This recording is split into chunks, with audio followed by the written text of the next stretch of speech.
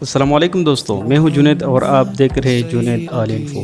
آج ہم کراچی کی تاریخ پر بات کریں گے کہ کراچی کیسے وجود میں آئی۔ اگر آپ کو ایسی تاریخی ویڈیوز دیکھنی ہے تو پلیز ہماری یوٹیوب چینل جنید آل انفو کو ضرور سبسکرائب کریں اور اس کے ساتھ بیل آئیکن کو بھی دبائیں تاکہ آپ کو ایسی تاریخی ویڈیوز ملتی رہے۔ تو چلے فرینڈز، چلتے ہیں اپنے ٹاپک کی طرف۔ سن 1947 میں پاکستان کی آزادی کے وقت کراچی کو آموز مملکت کا دارالحکومت منتخب کیا گیا تھا، لیکن بعد میں اسلام آباد کو پاکستان کے دارالحکومت کا درجہ دے دیا گیا۔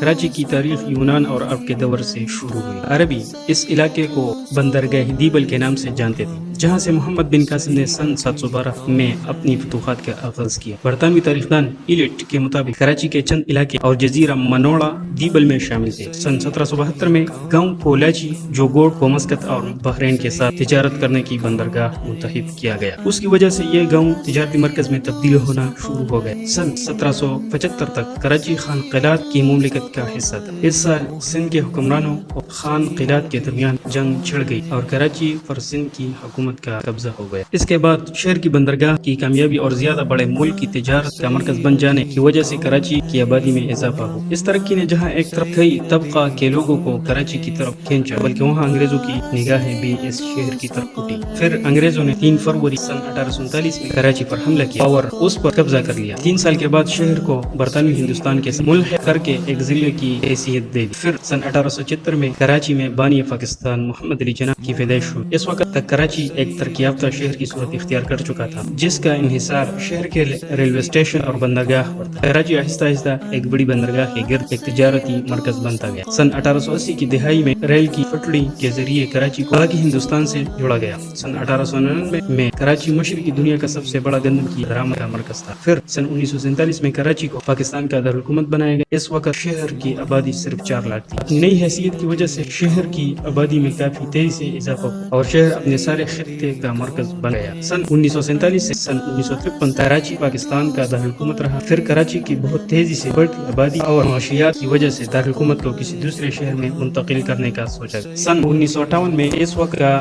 صدر ایوب خان نے راولپنڈی کے قریب ایک جگہ اسلام آباد پر ترقیاتی اقداموں کا آغاز کر دیا۔ آخرکار سن 1968 میں دارالحکومت کو اسلام آباد منتقل کر دیا گیا۔ کراچی پاکستان کا اب بھی سب سے بڑا شہر اور معروف صنعتی اور تجارتی مرکز۔ کراچی سن 1980 اور سن 1990 کی دہائیوں میں تشدد، سیاسی اور سماجی ہنگامہ آرائی اور دہشت گردی کا شکار بنا رہا۔ موجودہ دہائی میں کراچی میں امن و امان کی صورت کچھ بہتر ہوئی ہے، لیکن اب بھی بعض دشمن اور شرپسند عناصر کراچی کی ترقی میں روڑے اٹکائے نظر آتے ہیں۔ بہرحال ابھی کراچی میں ترقیاتی کام تیزی سے جاری ہے اور اس کے ساتھ ساتھ کراچی ایک عالمی مرکز کی شکل میں بھی سامنے آ رہا ہے۔ حال ہی میں کراچی کی رونق کو ٹارگٹ کلنگ نے بہت حد تک متاثر کر دیا ہے، جس کی وجہ سے کراچی جو کہ ایک روشنیوں کا شہر مشہور تھا، اب بدحالی اور بے روزگاری اور لوڈ شیڈنگ کا شکار ہو چکا ہے۔ اگر آپ کو یہ ویڈیو اچھی لگی تو پلیز ویڈیو کو لائک کریں اور کامنٹ باکس میں ہمیں ضرور بتائیں کہ اگلی ویڈیو کو کون سی شہر کی تعریف پر کریں۔